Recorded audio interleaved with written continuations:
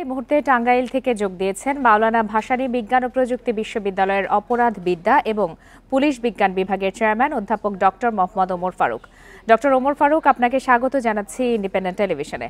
আপনার কাছে শুরুতেই একটু জানতে চাই যে শেখ হাসিনার পতনের পর থেকেই বিভিন্ন সময় মব সৃষ্টি করে সাংস্কৃতিক অনুষ্ঠান থেকে শুরু করে নানা জায়গায় বাধা দেওয়ার ঘটনা বেড়েছে, এগুলোকে আপনি কিভাবে দেখছেন? ধন্যবাদ আপনাকে এবং দর্শকবৃন্দ সবাইকে আমি স্বাগত এবং শুভেচ্ছা জানাই। যে আসলে মব জাস্টিসের যে বিষয়টা আপনি বললেন যে 15ই আগস্ট মানে 5ই আগস্ট পরবর্তী ঘটনায় এই ধরনের বাংলাদেশে বহু পরিমাণ বেড়েছে, অনেক মানুষের হত্যাকাণ্ডের শিকার হয়েছে এবং ক্ষতিগ্রস্ত হয়েছে। আসলে মব জাস্টিস বলে কোনো কনসেপ্ট কিন্তু আমাদের প্রাতিষ্ঠানিকভাবে গ্রহণযোগ্য না অথবা সামাজিকভাবে গ্রহণযোগ্য না। মব জাস্টিস নামে একটা উচ্ছৃঙ্খল জনতা জনগোষ্ঠী কোনো ব্যক্তি অথবা গোষ্ঠীর বিরুদ্ধে যখন হত্যাযজ্ঞ, নির্যাতন, নিপীড়ন এবং সম্পদের ক্ষতি সাধন করে, এটা কোনো জাস্টিস পর্যায়ে পড়ে না। অতএব আমরা এটাকে বলি কি মব জাস্টিস না বলে মব ভায়োলেন্স বলি। অতএব এটাকে জাস্টিস বলাটাই হচ্ছে কি এই মানে কর্মকাণ্ডগুলিকে এক ধরনের বৈধতা দেওয়া। সামাজিক বিনির্মাণে আমাদের চিন্তা চেতনার জায়গা থেকে এই জায়গাতে আসতে হবে যে আমরা এটাকে জাস্টিস বলবো না, মব ভায়োলেন্স বলবো। তাহলে কিন্তু মানুষ এখান থেকে বিচক্ষণ থাকবে। আমরা কেন এটাকে জাস্টিস বলছি? জাস্টিস কনসেপ্ট মানে প্রত্যয়টা তো একটু ভিন্ন প্রতীক বহন করে, এবং জাস্টিস হচ্ছে সেখানে ফেয়ার থাকবে, তার ন্যায্যতাগুলি মানুষ পাবে, তার অধিকারগুলি পাবে। কোনো মানুষ একটা দেশে আইন শৃঙ্খলা বাহিনী থাকা সত্ত্বেও নিজের মতো করে আইন তুলে নিয়ে সেটা যদি মনে করে যে তার জাস্টিস এনশিওর করলো, সেটা তো ফল না, সেটা সহিংসতা।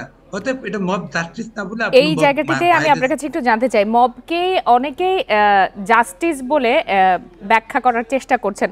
আপনিও যেমনটি বলছিলেন যে মব জাস্টিস কখনোই হতে পারে না, সেক্ষেত্রে মব কি কোনোভাবেই জাস্টিস হতে পারে না, এটা তো আপনি বললেনই, কিন্তু মব প্রতিরোধে কি ধরনের পদক্ষেপ আইনে রয়েছে বা আইনে বলা হয়েছে? মব পদক্ষেপের ক্ষেত্রে আমাদের সুনির্দিষ্ট আইন রয়েছে, পেনাল কোডেও রয়েছে, এবং সেই ক্ষেত্রে একটা মব কিভাবে মোকাবেলা করতে হয়, পুলিশের কি কলা কৌশল হবে, সেই সংক্রান্ত বাংলাদেশ পুলিশকে ইদানিং প্রশিক্ষণও দেওয়া হচ্ছে আমি আমার জানা মতে। এবং মব মোকাবেলার ক্ষেত্রে যে কি ধরনের উপায়, প্রথমত হচ্ছে যে আমরা আইনগত পদক্ষেপের আগে প্রথমত হচ্ছে মব কারা করছে এবং তাদেরকে মব থেকে কিভাবে বিযুক্ত রাখা যায় সেই প্রক্রিয়াটা আমরা কেন প্রথম করছি না, সেটা হচ্ছে কমিউনিটি মানুষ তো নাগরিক সমাজে আমরা যারা আছি তাদের ভিতর যে মব বিষয়টা এবং মব জাস্টিস কোনো কিছু থাকতে পারে না, এই সম্পর্কে একটা গণসচেতনতা প্রথমেই দরকার। এবং দ্বিতীয়ত হচ্ছে যারা মবের এই ধরনের ভায়োলেন্স অ্যাক্টিভিটিস থাকবে, আমি জাস্টিস বলবো না, কারণ আমার জাস্টিস কথাটা আমার এটির মধ্যে কখনোই যায় না, কারণ মব সহিংসতার মধ্যে যারা থাকবে তাদেরকে আইনের আওতায় এনে কঠোর ব্যবস্থা করতে হবে, এবং সেটা আইনগত প্রক্রিয়ার মধ্যে দিয়ে আমাদের রয়েছে, এবং সেটার ভায়োলেন্স ডক্টর ওমর ফারুক, মধ্যে রয়েছে। আপনার কাছে আরেকটু জানতে চাই যে মবে জড়িতদের বিরুদ্ধে কঠোর ব্যবস্থা নেওয়ার হুঁশিয়ারি তো স্বরাষ্ট্র উপদেষ্টা দিলেন, কিছুক্ষণ আগেও আমরা প্রতিবেদনে দেখালাম, কিন্তু গণ অভ্যুত্থানের পর আইন শৃঙ্খলা বাহিনীর কার্যক্রম এখনো স্বাভাবিক হয়নি। এক্ষেত্রে কিভাবে আসলে মব মোকাবেলা করা সম্ভব বলে আপনি মনে করেন?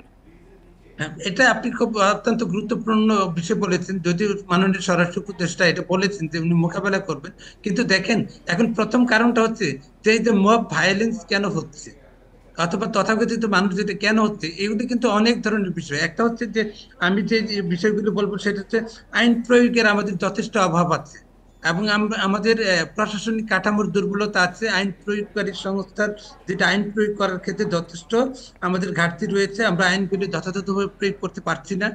অ্যাডমিনিস্ট্রেশন বা প্রশাসনিকভাবে আমাদের দুর্বলতা রয়েছে, মানুষের মধ্যে অসন্তুষ্টি এবং ক্ষোভ রয়েছে প্রচন্ড পরিমাণে, এবং সেটা হচ্ছে সামাজিক এবং রাজনৈতিক উত্তেজনা আছে সমাজের মধ্যে। তারপরে স্বতঃস্ফূর্ত প্রতিক্রিয়া আছে যে নিজে থেকে মানুষ করতে চায়, এটা রাজনৈতিক প্রভাব আছে, অর্থনৈতিক প্রভাব আছে, এই যে আয়ের বৈষম্য, সম্পদের অসম বন্টন ব্যবস্থা, সবকিছু মিলে আমি বলবো যে আইন শৃঙ্খলা রক্ষাকারী বাহিনীর এবং হচ্ছে সার্বিক সামাজিক, সাংস্কৃতিক এবং রাজনৈতিক যে প্রেক্ষাপট এবং যে বিনির্মাণে আমরা আছি, এটার মধ্যে মানুষের একটা চরম অসন্তুষ্টি রয়েছে। এই অসন্তুষ্টিগুলি যদি আমরা নিষ্ক্রিয় না করতে পারি অথবা এগুলো সমাধানযোগ্য করে না তুলে করতে পারি, শুধু আইন দিয়ে মব অথবা ভায়োলেন্স মোকাবেলা করা যাবে না বলে আমার মনে হয়। ডক্টর মোহাম্মদ ওমর ফারুক, আপনাকে অনেক ধন্যবাদ।